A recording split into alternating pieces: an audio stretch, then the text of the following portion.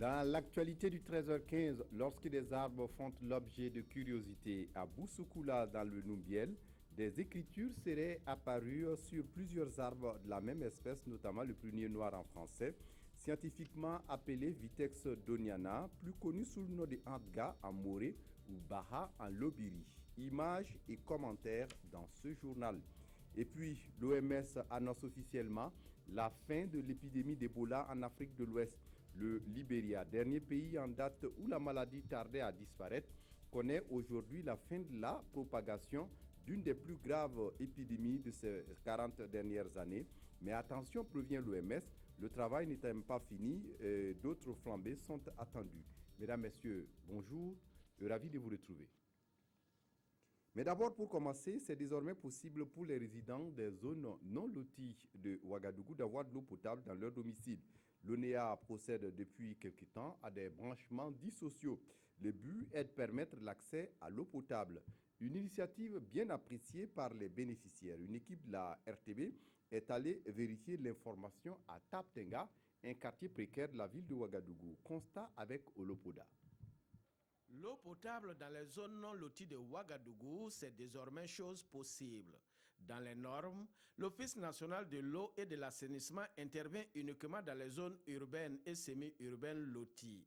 Mais aujourd'hui, cette vision des choses a connu une évolution. L'ONEA a initié effectivement cette politique pour mettre un système qui s'adapte à ces zones non loties où vous savez très bien qu'il n'y a pas de voies très bien dégagées, il n'y a pas, en tout cas, une urbanisation bien organisée qui permet donc de mettre un système classique. Bissiguen, Nyoko de Zongo, Taptenga et Tourouego sont les zones concernées par ce projet qui a vu le jour en 2010. Et puisque l'ONEA ne peut intervenir dans les zones non loties, décision a été prise de créer des réseaux gérés par des délégataires des services publics de l'eau potable. C'est un opérateur privé que l'ONEA recrute, à qui l'ONEA effectivement facture le volume vendu comme une facture au niveau des bornes fontaines. Voilà. Et à cet opérateur maintenant d'organiser à l'intérieur de la zone toutes les activités permettant donc aux populations de s'approvisionner. Des bonnes fontaines et des robinets implantés dans les quartiers non lotis à Taptenga, le concept et la vision séduisent plus d'un habitant. Avant les raccordements, on partait dans les zones loties pour s'approvisionner. Nous avons maintenant de l'eau à portée de main avec ces branchements. Fini donc la corvée eau ici. Même s'il y a souvent des coupures, nous sommes satisfaits des branchements à domicile. Plus de longue distance et plus question de dormir au bord des bonnes fontaines. Toutefois, certains s'interrogent sur l'avenir de ces investissements. Qu'adviendrait-il en cas de lotissement de ces zones? Sur la question, l'ONEA se veut rassurante. S'il s'avérait effectivement qu'entre-temps, des lotissements interviennent et que ces zones deviennent en tout cas des zones bien aménagées, en ce moment, effectivement, l'ONEA intervient pour densifier le réseau, pour mettre en fait le réseau à niveau. La ressource est disponible, mais c'est la capacité de production qui fait défaut. C'est pourquoi l'ONEA s'attelle à réhabiliter les forages et à poursuivre la phase 2 des ZIGA pour augmenter la capacité de traitement et de transport de l'eau vers la ville de Ouagadougou. Le roi du Yatenga est de retour chez lui après une semaine passée hors de son palais. Naba Kiba s'était retiré à quelques encablures de Waiguya pour des rites consacrés. Et au cours d'une cérémonie appelée Amore Nabeyit Kiugu, le roi a pu rejoindre son palais. Et témoignage ici de Alain Sawadogo sur place à Waiguya. Après une semaine passée hors de son trône, le roi d'Yatenga est de retour dans son palais. Ce retour, appelé Nabit Kiugu en langue morée, est un rite qui permet au chef d'entrer en communion avec ses ancêtres. C'est aussi un temps qui marque le début d'une nouvelle année pour Sa Majesté. C'est un bon temps pour nous, et pour tous les Africains. Je souhaite une longue vie, santé, et tout ce que je pense avoir dans leur vie. Qu'ils gagnent. Ce que je peux dire pour le peuple qui Yatenga, en particulier tout le Burkina, Pendant cette retraite du roi, ce sont ses ministres qui veillent sur son palais. Et c'est à l'issue de ces rites que le roi, en collaboration avec ses ministres, décide de la date des vœux du nouvel an appelé Napoussoum. C'est une semaine après le retour du roi qu'on se réunit pour choisir la date du Napoussoum. Et c'est le Napoussoum qui permet au roi de faire le bilan de l'année écoulée afin de mieux se préparer pour le nouvel an. Sa Majesté est revenue en bonne santé et nous ne pouvons que rendre grâce à Dieu. Après avoir reçu les salutations de ses notables et chefs de canton dans son palais royal, Naba Kiba, 49e roi d'Yatenga, s'est ensuite rendu chez le gouverneur de la région où il a présenté ses vœux de nouvel an. Je le disais en titre, des arbres, objets de curiosité des populations de Boussoukoula dans la province de Noubiel. Des écritures seraient apparues sur plusieurs arbres de la même espèce, notamment le prunier noir en français, scientifiquement appelé Vitex doniana, plus connu sous le nom de Andgar en moré ou encore Baha en lobiri. Et depuis plus d'une semaine, cette localité située à 25 km de la ville de Batié, chef-lieu du Noubiel, et à seulement 5 km de la Côte d'Ivoire, ne désemplit pas. Constat et commentaires avec Issa Kanana. Selon les agents des eaux et forêts en poste dans cette forêt départementale de Boussoukoula, c'est depuis le mercredi 6 janvier dernier qu'ils auraient été alertés de la présence d'écritures sur une même espèce d'arbre, notamment le prunier noir, scientifiquement appelé Vitex doniana.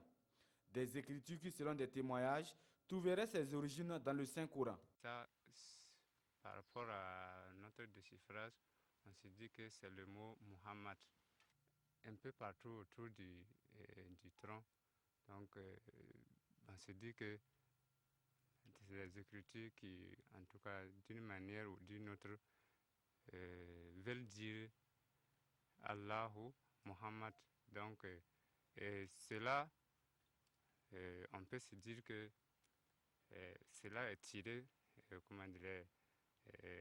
de la phrase que les musulmans aiment répéter beaucoup, quand on dit La ilaha illallah Muhammad Rasulullah. Qui veut dire quoi? Qui veut dire il n'y a de Dieu que Allah et Muhammad est son envoyé. Depuis la découverte de ces idéogrammes, ce sont des dizaines de personnes de la commune de Boussoukoula et même des localités environnantes qui affluent chaque jour dans cette forêt. C'est avec grand étonnement que moi je vois que des gravures qu'on peut déchiffrer et qui parlent de Dieu selon eux. En tout cas, c'est très étonnant pour moi. Communément appelé Bahan en lobiri ou Andga en langue nationale morée, cet arbre, à en croire les agents du service départemental de l'environnement, aurait par ailleurs de nombreuses vertus thérapeutiques. Par exemple, quand on prend les feuilles de l'arbre comme ça soigne la fièvre, les maux de tête. L'écorce également soigne les maux d'estomac, même le rachitisme. Quand on prend les racines aussi, ça soigne même la lèpre. Et pour plusieurs témoins, cette espèce serait également utilisée par les marabouts pour faire de l'encre. Nul doute que la découverte de ce phénomène contribuerait à rendre encore le prunier noir plus mystérieux. L'Afrique et ses mystères, il semble que les voies du Seigneur sont impénétrables. L'OTRAF, l'Organisation des transporteurs routiers du Faso, fête ses 20 ans d'existence, un anniversaire célébré sous le signe de la récompense des honneurs rendus et à d'anciens dirigeants de l'OTRAF. Parmi eux, Aboubakar Sankara et puis Amadé Bangrin Ouedraogo, qui font partie des pionniers. La réflexion a aussi figuré au menu de la célébration de ce 20e anniversaire, surtout avec la professionnalisation du secteur des transports routiers. Ismaël Diloman Sirima. L'OTRAF, Organisation des transporteurs routiers du Faso, a 20 ans. Occasion pour les représentants de ce syndicat des transporteurs d'élever 5 personnes au titre de président d'honneur. 9 autres acteurs du secteur des transports ont été distingués. Mais avant, le président de l'OTRAF a présenté quelques réalisations de l'organisation, telles que la mise en place de représentations dans toutes les provinces du Burkina Faso, ainsi que dans les ports de Tema et de Cotonou. Nous sommes le seul syndicat des transporteurs dans la sous-région qui a un siège bien bâti plus de 10 bureaux, une salle de réunion avec une pompe émergée et qui fait des tournées de façon permanente pour entretenir ses relations avec les syndicats des pays voisins. Après 2 décennies d'existence, l'OTRAF envisage à présent de professionnaliser le secteur des transports routiers. Nous sommes en pied d'œuvre, le gouvernement essaie de nous accompagner. Déjà en 2012, il a fait des efforts. Il y a des promesses qui ont été déjà faites, ça reste la réalisation, notamment pour le relocage ou le renouvellement du parc et les formations. Donc c'est inscrit comme un programme de l'État. En plus, le président de l'Organisation des transporteurs routiers du Faso entend travailler pour améliorer davantage les conditions d'exploitation des entreprises de transport burkinabè afin de mieux relever les défis d'approvisionnement du pays. En sport, c'est demain vendredi que débutent les journées portes ouvertes de Radio Burkina. À la faveur de ces journées, un tournoi de football aura lieu demain soir sur le plateau Sonar. Un tournoi parrainé par Baba Ama, ancien ministre de la Culture, et patronné par le ministre de la Communication. Le chef de la cellule sport de Radio Burkina nous donne ici plus de précisions sur le tournoi. Gustave Taro est interrogé par Kalfa Traoré. Le sport occupe tout naturellement une place de choix dans les programmes de la radiodiffusion du Burkina Faso. Il était impensable, on va dire, de pouvoir organiser des journées portes ouvertes au niveau donc de cette institution de communication et sans pour autant parler un peu de ce sport-là. Et c'est pourquoi d'ailleurs le comité d'organisation a souhaité organiser un tournoi Maracana, comme on a peut-être l'habitude de le faire d'ailleurs. Mais l'objectif essentiel également, c'est de permettre un peu aux confrères et aux fidèles auditeurs de la radiodiffusion de pouvoir se retrouver et échanger autour donc du sport. Et c'est en cela donc que ce tournoi a été organisé. Une compétition qui va mettre bien entendu aux prises les équipes de la RTB dans son ensemble radio et télévision, et bien entendu ensemble une seule équipe. Ensuite une équipe de Siroya qui est un organe phare de l'État burkinabé également, plus la presse privée, audiovisuelle, également presse écrite dans son ensemble également, et une équipe donc des auditeurs de la radiodiffusion du Burkina le vendredi à partir de 15h sur le plateau de la Sona. Voilà, le rendez-vous est pris. En déclarant le Libéria, on est à l'étranger, débarrassé du virus Ebola, l'Organisation mondiale de la santé a officiellement annoncé la fin de l'épidémie en Afrique de l'Ouest. En 2 ans, la maladie a fait plus de 11 000 morts dans la région. Voilà une habitude que les écoliers de Monrovia peuvent désormais oublier, la prise de température obligatoire. Le Libéria est libéré du virus Ebola. En clair, aucun cas d'infection connu des autorités médicales n'est plus recensé aujourd'hui, 6 semaines après la guérison du dernier patient. Mais dans l'esprit des habitants du Libéria, les traumatismes de l'épidémie restent encore bien présents. On sortait parfois 3 ou 4 corps par jour d'un seul foyer. On voyait des gens malades et cela nous a beaucoup attristés. L'expérience a été horrible pour le Libéria et on espère que cela ne nous arrivera plus jamais. C'est au sud de la Guinée que l'épidémie s'est déclarée en décembre 2013, puis rapidement étendue. Le virus Ebola contaminera 2 pays limitrophes dès mars 2014, le Libéria puis la Sierra Leone 2 mois après. À partir de l'été 2014, ces 3 pays prennent des mesures d'exception, l'état d'urgence, le confinement de la population et la mise en quarantaine de nombreuses régions. Au Libéria, la fin de l'épidémie a déjà été proclamée en mai puis en septembre, avant des résurgences du virus. La Sierra Leone a été libérée de l'épidémie le 7 novembre et la Guinée le 29 décembre dernier. Cette épidémie d'Ebola fut la plus grave depuis l'identification du virus en Afrique centrale en 1976. Elle a fait plus de 11 300 morts. 5 ans après la révolution, la Tunisie porte encore le lourd héritage du précédent État policier. Aujourd'hui encore, des associations dénoncent une utilisation encore bien trop fréquente des violences physiques injustifiées par les forces de l'ordre. Une révolution, une nouvelle constitution et un prix Nobel de la paix n'ont pas suffi. La confiance entre la population et les forces de sécurité intérieure semble toujours fragile. Héritage de l'État policier de Ben Ali, la torture et la violence policière sont un combat quotidien pour l'avocate Radia Nasraoui. En 5 ans, l'organisation contre la torture en Tunisie a enregistré plus de 500 plaintes, dont une 50aine sur les 4 derniers mois. En novembre, Mohamed Rarsali aurait ainsi été passé à tabac dans un commissariat de Tunis. Il en a pour preuve un bras et une jambe cassés. La volonté de changement, Issam Dardouri affirme pourtant qu'elle est bien là. L'inspecteur de police préside une organisation qui s'occupe de la relation entre les forces de l'ordre et les citoyens. Il y a des erreurs policières. Nous ne le nions pas. Il y a de la violence policière. Nous sommes une organisation sécuritaire et nous condamnons les violences contre les journalistes et contre le peuple tunisien. Il n'y a pas d'excuse. De telles pratiques sont interdites. Pour les réformes, l'État demande de la patience. Mais Rached Jaidan a déjà longtemps attendu. Emprisonné et torturé pendant 13 ans sous Ben Ali, il revient aujourd'hui dans les décombres de la prison du 9 avril. Il revient en boitant et avec une prothèse, souvenir du séjour au pavillon E. En 5 ans de procès, Rached Jaidan a obtenu la condamnation symbolique de Ben Ali. Toutes ses autres plaintes ont été classées. Et puis pour refermer cette édition, le gouvernement Thiéba constitue l'actualité phare des journaux de ce jeudi 14 janvier 2016. La revue de presse des quotidiens nous est signée ici, Aimé Solange Guigma.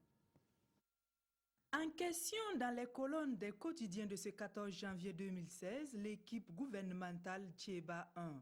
Moins touffue que sous l'ère Compaoré où elle tournait régulièrement autour de 35 membres, mais plus élargie que sous la transition dont le gouvernement ne comptait que 25 membres, cette première équipe gouvernementale de la présidence Roch est constituée de 29 personnalités, nous apprend l'observateur Palgar. Le nouveau gouvernement est composé de 23 ministres, 2 ministres délégués et 4 secrétaires d'État, précise notre temps. Et parmi eux, il y a des technocrates, mais aussi des politiques. Le pays note par ailleurs que pour la première fois dans l'histoire politique du Burkina, tous les membres de l'exécutif sont exclusivement des civils. Il faut savoir lire entre les lignes, réplique Le Soir. D'après ce journal, la conservation du département de la Défense par le président du Faso en personne est un indicateur palpable que l'armée reste un problème aujourd'hui encore, et ce depuis 2011. Quoi qu'il en soit, rétorque le quotidien, agit dans l'impartialité avec pour seule boussole de servir les intérêts du peuple, telle est l'attente des populations vis-à-vis des nouveaux ministres. À chacun de faire ses preuves, dit-il. Surtout qu'ils ont en héritage, explique aujourd'hui au Faso, les problèmes corsés laissés par l'ex-régime déchu fin octobre 2014 et ceux suscités par le pouvoir de la transition. Dans tous les cas, Sidoya retient que les Burkinabés doivent se sentir soulagés d'avoir un gouvernement qui va redonner vie à la nation qui semble être en berne depuis un bout de temps. C'est tout pour ce journal. Merci de votre attention. Très bonne suite du programme sur la RTB. Au revoir.